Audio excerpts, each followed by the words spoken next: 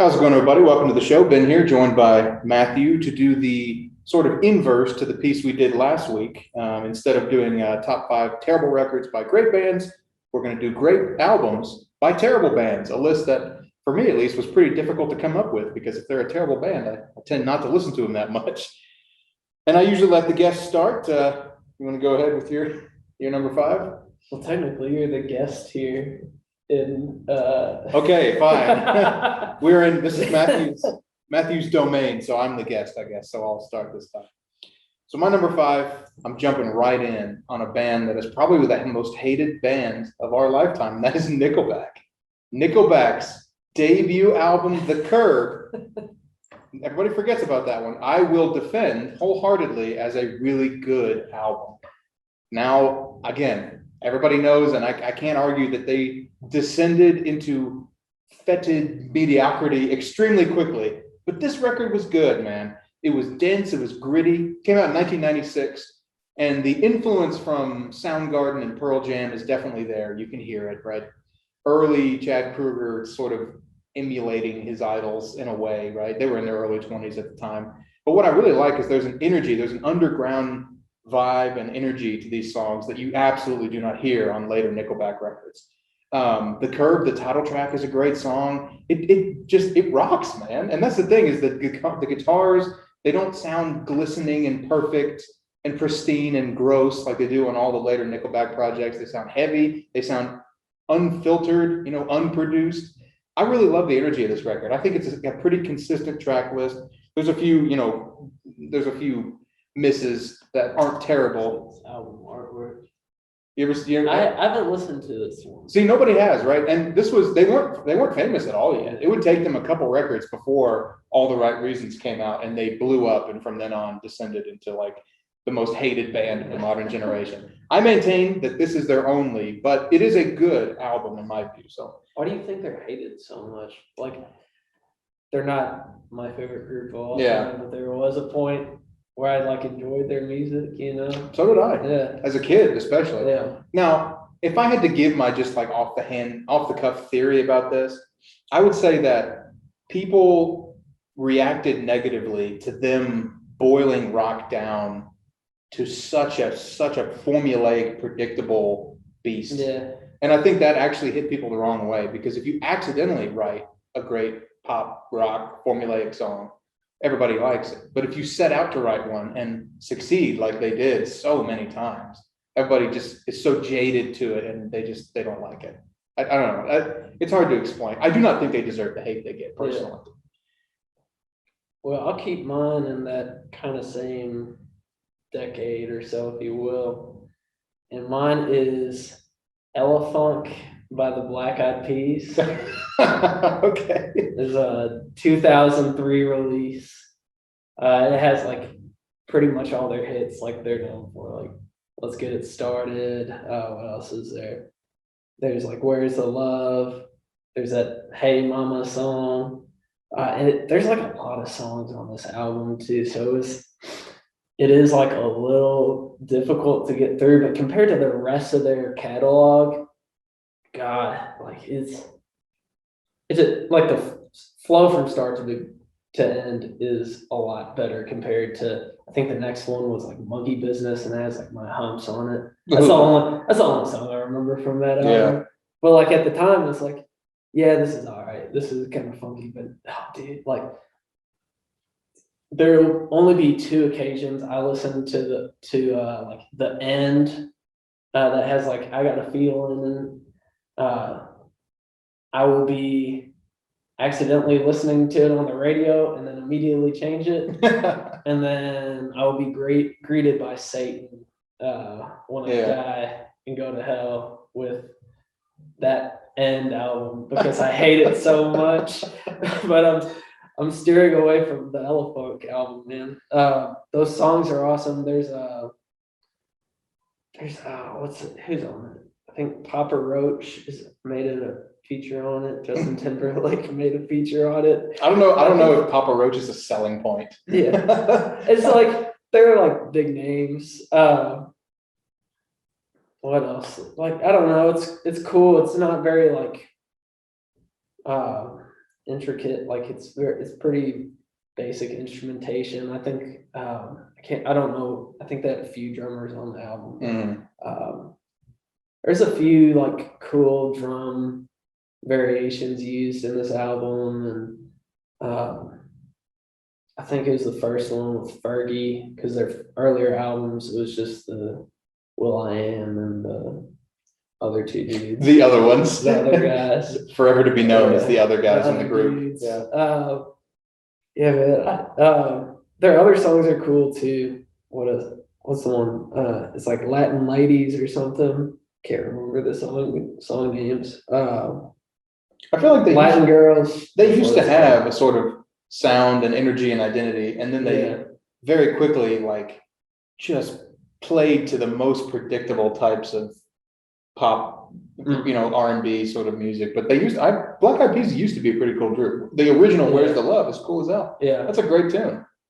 Almost reminds me of like A Tribe Called Quest. When they were firing on all cylinders back in the day. But yeah, it's kind of like I guess a more modern version of that. Yeah. Man, yeah, I think they're still putting music out. I think they might have something new. Black Eyed When I was Peas. re-listening to Ella Funk again. I'm not going to give it the time of the day. I don't even think Fergie's in the band anymore. Oh, really? Yeah. So goes to show how they're doing now. So based on that pick and my first pick and where I know my list is going, I think you and I are pulling from like the same span of years. Kind of musically, because of how we're the same age, Yeah. right? And it's like there's that golden spot of stuff that like hit us between the ages of like 10 and 14 that we actually thought was good, and we can't get rid of it, And now it's like I don't like 15 years later or so. Oh yeah, like this might be all right, but the rest of it's kind of terrible. Yeah, you grew up and were like, everybody, oh yeah, I hated that too, and then secretly in your head you're like, oh, actually I liked that a lot. So my next pick is along similar lines, and that is Korn's debut album. People hate Korn because they have the dubious distinction, especially with this record, which is their debut from '94, of spawning so many awful groups. Cold Chamber, Limp Bizkit, Papa Roach, some of the most reviled bands in nu metal, the worst of nu metal. But I would say on the flip side, Slipknot came out of that. Linkin Park had a couple good records. There was some good nu metal. I will argue that there was some good nu metal, especially Slipknot. If you Those two are probably, out of all the bands you listed, Linkin Park had some hits. Yeah, not like my favorite group, but out that and like Slipknot, they were probably the best of that. Yeah, list there was some good stuff to come out of there. I mean, Hybrid Theory, Linkin Park's debut, I thought was solid. I thought that was a pretty good record. Had some energy. Sepultura, now that I'm thinking off the top of my head of other nu metal bands that were pretty cool. But anyway, so nu metal mostly sucks. I'll give you that. But there was some good stuff too. And Korn's debut was one of the better ones and arguably spawned that whole sort of genre that would follow for the next decade or so. It's angry, it's dense, it's lo-fi, it's grimy, the energy here is palpable because it's a band that doesn't have high production values yet. The sound isn't generic yet, it's brand new. And the front man, his name escapes me at the moment, but the front man, his energy and like his evilness on the mic is fantastic. He'll go from sort of rap verses to like screams to growls to like talking, dense. And I mean, it's like, you've heard Freak on a Leash, probably, that song where, like, just think about the different vocal things he does in that song. There's the melodic bits and there's like, weird shit he does or whatever. It's so unique, man. And of course I'll grant you, it became a sort of tired sound after a while, after so many people copied it, and even Korn itself pretty much doesn't have another good record. But this one, it was great. This would have been great. I would have loved this at the time. This would have been something totally new to me. Trying to think if there's any great individual songs I wrote down to mention. Can't read my own thing here. Oh well, whatever, forget it. No, but this record, even though I didn't write down any of the track names, it's only like 40 minutes, 38 minutes, effortless listen, and really I think has some great energy, some dark, dense, early, I don't even want to call it a nu metal album because that has such negative connotations to it, but it kind of is, and it's kind of great. I really think they hit it out of the park with this first one. Yeah. Of course. We go with another debut album, Sam's Town by the Killers. Okay, all right. 2016. Some people might not agree with me. Not a fan of the Killers generally. Even like they had that one after this album. I think it was their sophomore, the Hot Fuzz? Hot Fuzz album. Yeah. And that probably has like all of it, like Mr. Brightside. Mhm. Gosh, and that's kind of the thing with some of these like early 2000s decade music. It's like you've heard these songs for like, I don't know, 10 plus years now. Yeah. And, you just kind of getting tired of them. But this one compared to everything else is like it kind of still has that killer sound that every other Killers album has, except like this was the first one, and it has some variation. Like this Uncle Johnny song, it's a little more guitar focused. Like a lot of their songs are like such synth bass, or yeah, that synthesizer piano that what's his name, Brandon Flowers plays. This album doesn't really have that. That's why I like it. When You Were Young is on this album. It's a great one. That's probably the best song on there, on this album. And then they kind of have that some albums have like a clear start and a clear exit, like song. They're not really a song. They're like kind of like, for example, this one's called, it has like the second track is called Interlude. The last track is called Exitlude. So it's like clear in the title. They're not very long tracks themselves, but there's a clear start to finish in this album. The songs work well, flowing between one another. And felt like a cohesive idea. Yeah. And I think the Brandon Flowers dude wrote all the music too, but it was more of a collective effort. I don't know about their newer music, if it's just him or if it's a group effort too, but knowing that this is a group effort makes it better. Like, oh man, compare this week and the last episode, it was like, I just want to praise, like last week, I just wanted to praise all the bands on their good stuff and like steer away from talking about the bad album. And now, like this week, I just want to shit on all their other albums. Yeah. And so you don't like Hot Fuzz either?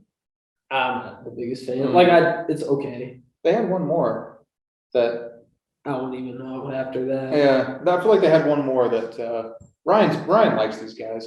He told me something. He thinks their first like three are good, and then he's off. I think I might be remembering that wrong, but I've only heard the first two, and I would agree with you that I actually kind of enjoy Hot Fuzz, but I would say their debut is their strongest. You know what? You bring up debuts. I think every single. Okay, 4 of my 5 are debuts. That's predictably like debut is almost always a strong project because I describe it as like the greatest hits of the unsigned band. You know what I mean? It's the most raw. It's like the most. We need to make it big on this. Like a good first impression is everything. I guess we're giving this one everything we've got. Yeah. Because it might be the only one we get. We don't know yet. Yeah. So along that line. Again, a band that is hated, Matchbox 20, Yourself or Someone Like You, their debut from 1996. That's a good one. I know, and I was surprised to find that people hate this record and they hate this band. Look, admittedly, in their short career, they don't really have another one. They only had 4 records. Yeah, I don't have 4 records over like 8 years, so the band wasn't ever really firing on all cylinders. They never got into like a stride. But this debut, I think, is super, super strong. Some of their biggest hits, it's sold crazy. I mean, I think it's 12 or 13 times platinum. So it's diamond certified. I mean, they really, really knocked it out of the park sales-wise on this. Not really a bad song on this.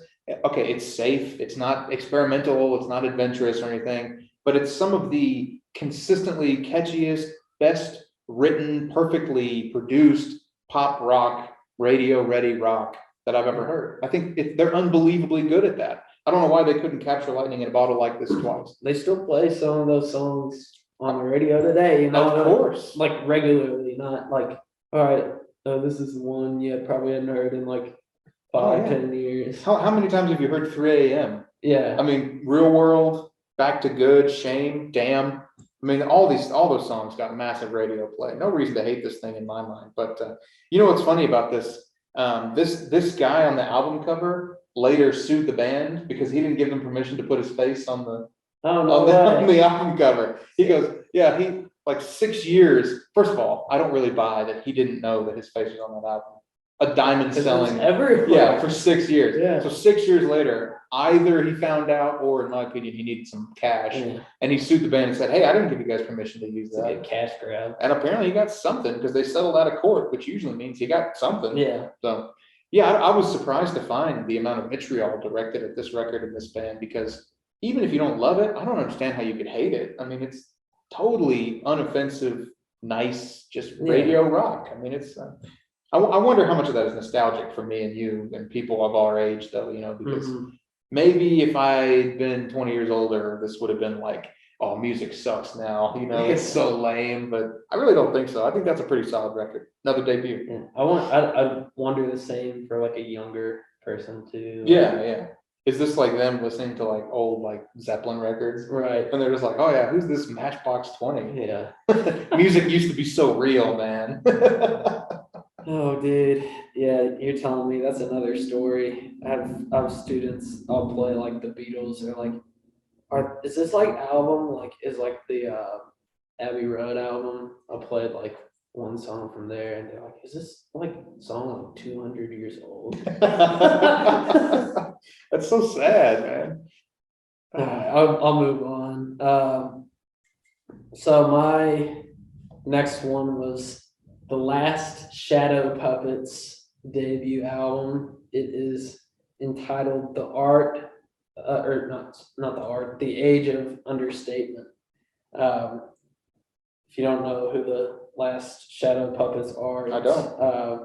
Alex Turner, who's the front man for the Arctic Monkeys, and Miles Kane, he's in this band called the Rascals. I think it's probably his most. And then this other dude, James Ford, he's kind of all over in that British rock scene. He's done stuff with the Arctic Monkeys. He's done this group, of course. I think he did some stuff with Damon Albarn and the Gorillaz. Just kind of everywhere over in that UK realm. And that more times than not, for people that know who this band is, they'd say they generally like them. They only have like 2 or maybe 3 albums. I think 2 full LP studio albums. This being the first. The second sounds exactly like every Arctic Monkey song. It sounds like this album too. So that's why I made it a not so great band, because it's too similar. It came out in 2008, I think. Yeah, 2008.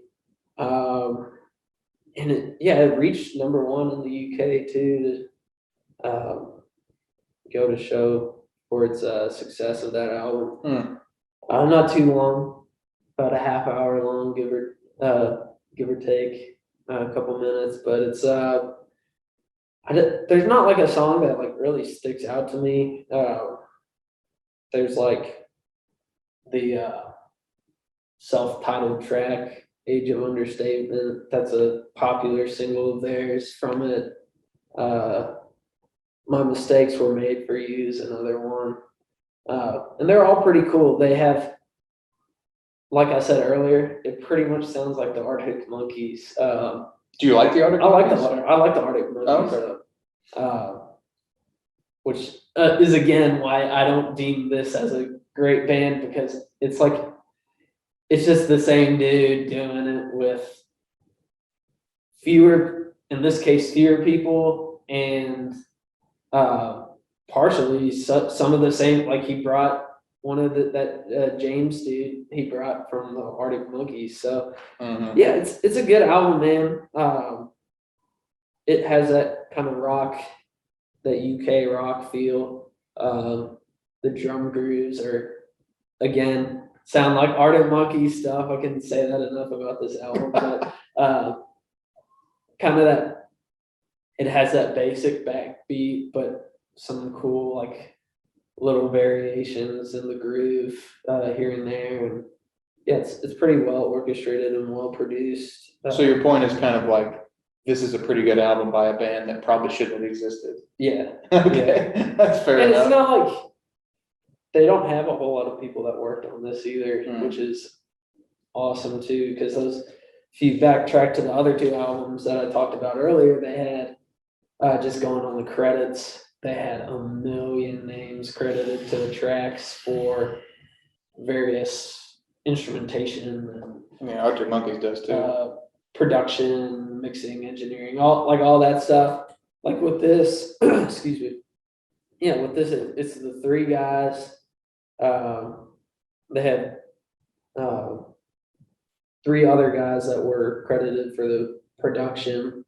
The fourth was the James Ford guy. So he did a lot of the work, it sounds like, in terms of like making this album happen. But I feel like Alex Turner probably and Miles Kane wrote the songs and he pretty much tracked it. But yeah, it's worth a listen, man.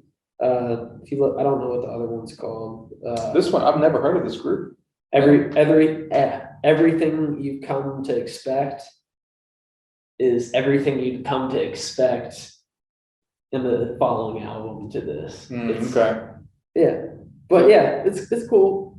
He's got Alex Turner. Apparently, he's got that one speed that he goes. Speed, yeah. And credit. I mean, look, he pays his bills. Yeah. He's pretty damn good at it. Very successful artist.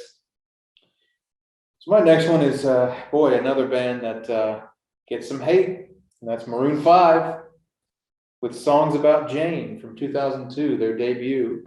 So this, what's that? Such promise. I know, right? They started out being, I mean, I'm not going to say they were like going to be legends off the sound of this, but I was like, oh, that's pretty cool. There's not a ton of people exploring the funkier, more R&B influenced side of pop rock. So I didn't know this, but in doing my research of this album, there was a band that basically was the same core group of Maroon 5, including Adam Levine, that existed before Maroon 5. That was called Kara's Flowers. They apparently knew each other from middle school or high school or something, and played on and off, and eventually got signed and had a 1 or 2 record run, pretty low budget promotion wise, but a real record contract. And they had one, I think it was called Fourth World, was their Kara's Flowers debut. So for all intents and purposes, that's the Maroon 5 debut. That record I thought was pretty good. Much more straight ahead rock, maybe even a little punk influence in some of the songwriting there. But then this is the official Maroon 5 debut, Songs About Jane. This Love is on here. There's all that nice funky production on here. It's a little sterile, the instrumentation, I'll grant you, which is why I think it hit people the wrong way at the time. And that was something, boy, they hadn't heard anything yet as far as sterile production until they heard later Maroon 5. Yeah, geez, it's the epitome of that. Very similar to, Harder to Breathe. You remember that one? Harder to Breathe. Sunday Morning. Yeah, that's a great one. She Will Be Loved is on here as well. Again, relatively safe, musically, it's not taking any massive risks, but I think that it really is some solid songwriting. And the biggest thing that people think when they think of Adam Levine is that god awful, irritating falsetto that he does and appears. And he takes it way down a notch on this. I mean, they're still high pitched relatively, but he's singing a song. He's not just squeaking way up in the highest possible octave on somebody else's track, which that's what he does lately. So yeah, I mean, based on this debut, I would have been like, okay, I'm down for another one. Hit me with something else. Yeah. And they did, and it was terrible. And so from then on out, ignore all Maroon 5 because they're. See, I didn't think the second one was all that bad, but I did see a drop off. I can't remember. Yeah. That goes to show I can't remember any of the songs. Well, yeah, there you go. Yeah, I don't know that. But yeah, that's a good album, man. And if you go around town to your bar gig and you see a band playing, they're like a top 50s cover band, they'll throw Sunday Morning in there. Oh yeah. We covered it back when I was in a cover band back years ago when I was a teenager. We covered a couple Maroon 5 tunes because they're movable and they got nice grooves and they're applicable to such a wide variety of live situations. Like they rock a little bit, but they're not so rocky that it would alienate like a quieter sort of venue. Yeah, that album's great for certain like situations, like it's like a nice drive on like a like pretty warm, breezy day, or like just outside, like if you're like hanging by like the river or like Yeah. a lake or something, like just hanging out, not really listening to the music, but just like good background music Yeah. for sure. And also it feels like the one and only Maroon 5 album that is actually an album by a band. Like it feels like a Yeah. band wrote these Yeah. songs. Now it's Adam Levine and the Maroon 6 or whatever the hell. Yeah, they had like a million synthesizer players and How are there that many guys in a band that produce a song that has like no instruments and 8 vocal tracks of Right. Adam Levine? Like, Right. what are all these guys doing? They just hang out in the studio and read books or something? I mean, that sounds like the best paying gig. Oh, yeah. You could ask for. The best job in the world is because they've had the same guy, the bass player, since and they've had being the Maroon 5 bassist, you don't even have to play bass. You just have to sit there. Oh man.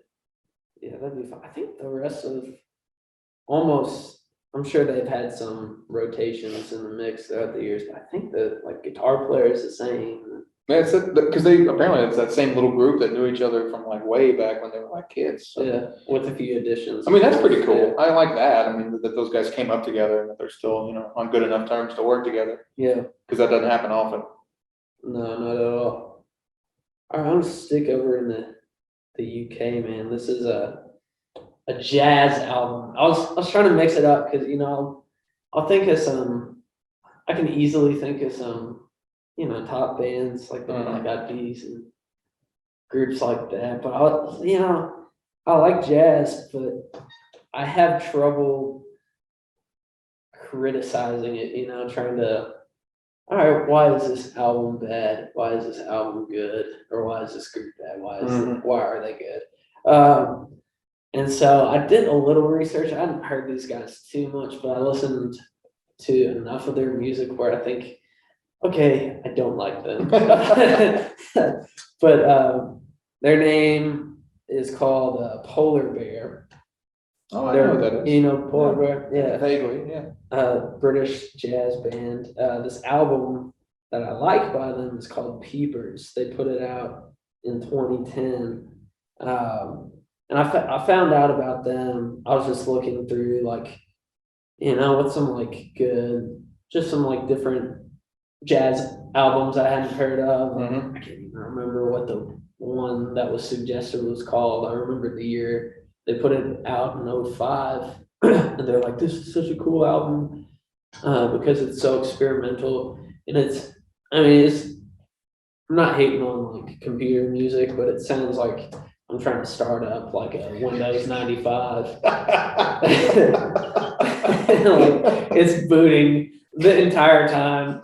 And then there's a tenor sax with the Windows 95 computer. So that album, I was like, okay, I don't think I can Not a big fan. Polar Bear. But I'm like, all right, I bet I can find at least one album I like finding. And Peepers, Peepers was cool. One thing I found out later, just looking up information about this album, was that excuse me, there were only 2 songs that were not written by the drummer, whose name is Sebastian Rockford. The 10 other songs on the album out of 12 were written by the drummer for this 5-piece album. So they had 2 tenor saxophones, double bass, drums, and guitar. And the drummer wrote all the music, which is cool. It's still pretty spacey, I'd say.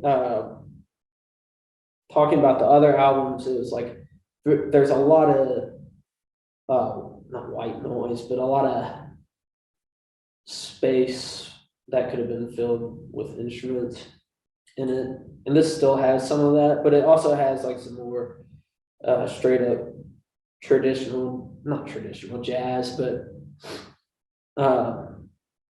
just like the bass and the drums are playing with each other. There's some solos. There's like oh God, I think it was like Scream or something. Scream was the song. And it is just like that avant-garde, like jazz era period where it's just nothing but the wrong notes being played at the same time, which is cool. I know exactly what you're talking about. It's like, I probably couldn't listen to this song every time I get a headache. I appreciate it for what it is, but that was another cool thing about the album. Scream, the songs are named after the feeling of the song. Like it's an instrumental album, but like there's one called Drunken Pharaoh. It's like the third song on the album. It sounds like you're a drunk pharaoh in Egypt. You say that like I should know what that is. If you were drunk and king of Egypt, yeah, that song would be playing at your funeral when they put you in the pyramid. Well, I'm gonna listen on the way home because I want to know what that sounds like. That's what that sounds like. All the songs sound like the name of that piece. Bop bop bop. That's kind of that traditional jazz. More so traditional jazz song. Yeah, and they have some stuff that's kind of again spacey.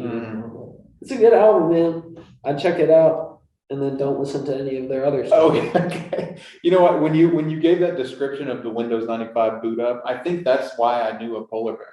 I think somebody had shown me some cuts off whatever record that was. Because at the time I was like, boy, that sounds like, why are these sound effects so bad? Like I almost thought it was like a Windows, like that was the challenge, to use Windows to make the sounds or something. And that's why it was so popular. It's called Held on the Tip of Your Fingers. Oh, okay. Is that other album. That's why it got that article I read about it. That's why it was so popular. Like, man, not that no one was doing it. There's a lot of people that had done it before, but like, they're like crediting who forward thinking. Yeah, it's forward thinking. No, it's not. Well, that's the thing about being forward thinking. Sometimes you think in the wrong direction. Yeah. But it's so funny that you said something about that era where everybody was trying to play wrong notes, and that was what was avant-garde. Yeah, I know exactly. I'll give that like between the years of like 2007 and 2013. Yeah. that was that. Yeah. Because Angles 9 is a band that came out of that period, jazz band. That was their whole thing. It was like that weird, just wild, crazy, nothing structural happening at all in the song. And I can dig it, I guess, but Disappeared Behind the Sun, this album of theirs, was pretty cool. But I was like, dude, how could you just like if I'm in that group, can we just play one that like works? Like can we play the same note? Yeah, just once. Can we try it? Yeah. How experimental do you get before it becomes experimental to then loop all the way back around to doing something normal? That's what I wonder about that group. It's a radical new idea. It's like a pop song in major key. So my final pick is another band that I just can't bring myself to hate, but I recognize why I should. Right, that's the caveat. I personally can't say that I hate Sugar Ray, because how can you hate Sugar Ray? I mean, come on. People do though, and I like Sugar Ray. You do? I like Sugar Yeah, Ray. so do I. But man, people hate them. So the one I picked, I could have picked, I think, a couple that, in my opinion, are like good albums by a bad band. Yeah. But I picked their self-titled. It was I think it was like their third or fourth record. So they went through that phase early in their career where they were almost like a hard rock influenced band, right? Like with Mean Machine, and that was off a bunch of great video game soundtracks from the 2000s. Mean Machine. It was like a rock album, whatever. And then they went more into the mellow side, right? California rock. Yeah, reggae influence came in. That awful song they did with Flycat. Oh, spread your love on fly. Yeah. God, I hate that song. So anyway, this was the nice meeting point between the two, I think, the self-titled record of theirs from 2001.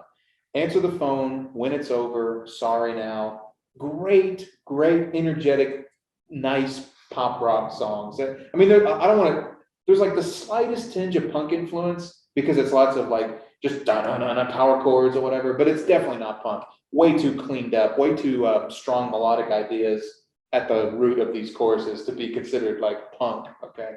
But man, it was a lot of fun. It was a super fun album, nice and short, 35, 40 minutes. All of these songs are catchy as hell, they're fun. It reminds me of that period. And again, I guess with my list, I'm being biased by my nostalgia for a lot of this music, even though what was I 6? I You have to redo them all Yeah. for bands you generally hate. Yeah, I don't know. I would totally get this on my list, man. You can skip over all their other stuff. For God's sake, skip Fly, whatever. That was off of what album was that off of? God, I'm gonna sound like such an idiot if I'm forgetting that it was off this one. I really don't think. I think it was off the next one. I mean, With Fly and what was the other one?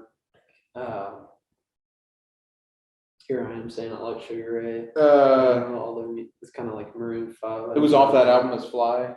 Yeah, there's another some every morning Four post bed. Yeah, what was that? I think that was the same album. I forget. Yeah, I think it was. I forget the name of that tune. Every morning. Every morning. I bet you're right. That's Sunday morning. I think you're right. Yeah. I mean, it's okay. It's not ambitious. Again, that's the theme of my list. Is like it's not super ambitious, but it's really, really good at what it does. So I Yeah. totally forgive it its lack of like crazy, wild experiments. If you're just good at what you do, then do what you do. Right. I mean, yeah, not every band has to be trying crazy new things. Some people just have to make catchy, nice radio rock like Sugar Ray.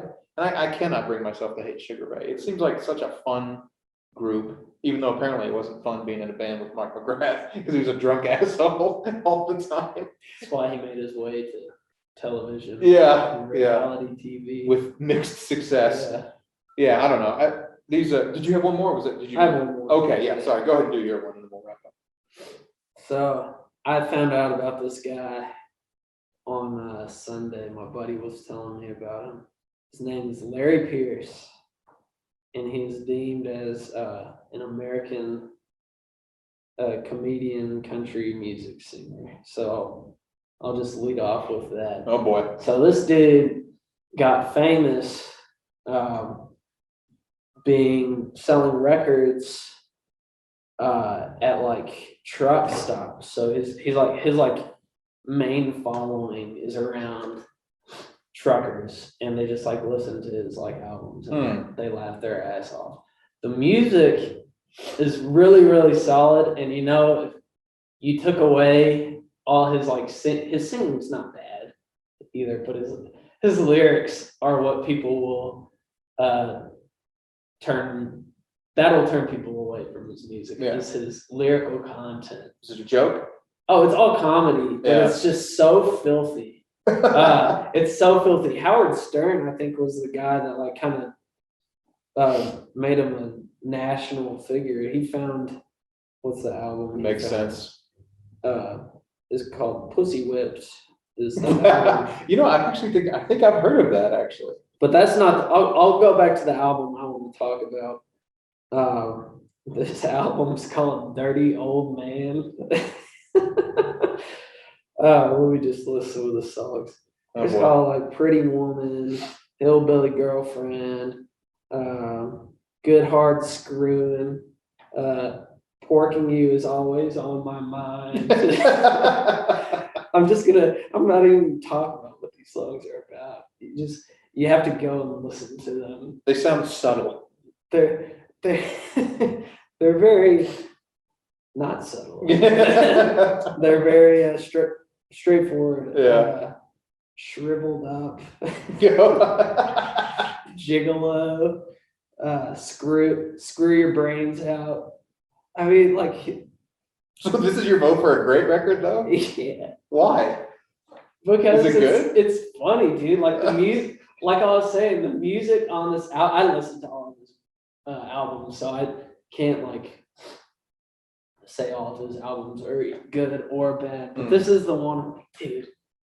The instrumentation, and I didn't find any credits to the drummers or guitar players or anything like that. But man, like the instrumentation is why you should listen to this. Like it is so good. It's such good country Wow. instrumentation. Okay. And his singing's really good too. Except then he's like talking about how he's gonna get a girl to pardon my language, like give him like a fucking hand job with a greasy old sock on. And that's paraphrased almost verbatim lyric from one of the songs. Wow. It is so dirty. Like I just feel bad. Like I feel dirty listening to it, but it's a good album, man. If you're ever like in the mood for just a good chuckle. Man, so after I'm done feeling like the drunk pharaoh, I can feel like the dirty trucker. cover the whole gamut of sounds. Wow, that's quite a pick, man. You know, I wanted to put Tenacious D on this list. The self-titled? Honestly, I like the Rise of the Phoenix. Oh, really? Okay. Self-titled, but I consider I like all the Tenacious D's music, so I can't say they're a bad album. Yeah, aside from the lyrical content, like I did with Larry Pierce here. God damn, I'm gonna have to listen to that now. That's you sold me. I'm curious now. Dude, this album, I'll show you the picture. On the bottom corner, instead of parental advisor, it says advisory must be 35 years old or accompanied by an adult. What an album cover. instead of just the black and white parental advisory explicit, it has must be 35 years of age or accompanied by an adult. That's hilarious. That's something else. Ones I honestly considered Tenacious D self-titled, but again, the problem was like, I don't think they're a terrible band. Like I can't, that's the weird qualifier for a list like this. I strongly considered Coldplay's debut, Parachutes, which I think is a really good record, despite the fact that I hate pretty much everything else they ever did. I thought about putting The Fray on here, with that one record they had. I mean, there was a lot that could have made the list, I think, and most all of them are debuts by bands that went on to make me not like them at all. Post their, I guess, commercial success. Yeah, and look, I can't sit here and honestly begrudge them the fact that they're all making a lot more money than me making music. So if that's the goal, take away the artistic merit of the music itself, who am I to criticize? But boy, there's a lot of bands that had great debuts like Maroon 5 and Matchbox 20, Coldplay, Fray, went on to make some of the most generic, boring music that's forgotten about almost immediately afterwards. So that was our list. This was a weird one. This was a hard one. Yeah, this was a difficult one to do. So maybe for the next video we'll pick something. What would he say? I said, as Larry Pierce would say, it's hard. Okay. I guess we'll end on that note. Thanks for watching.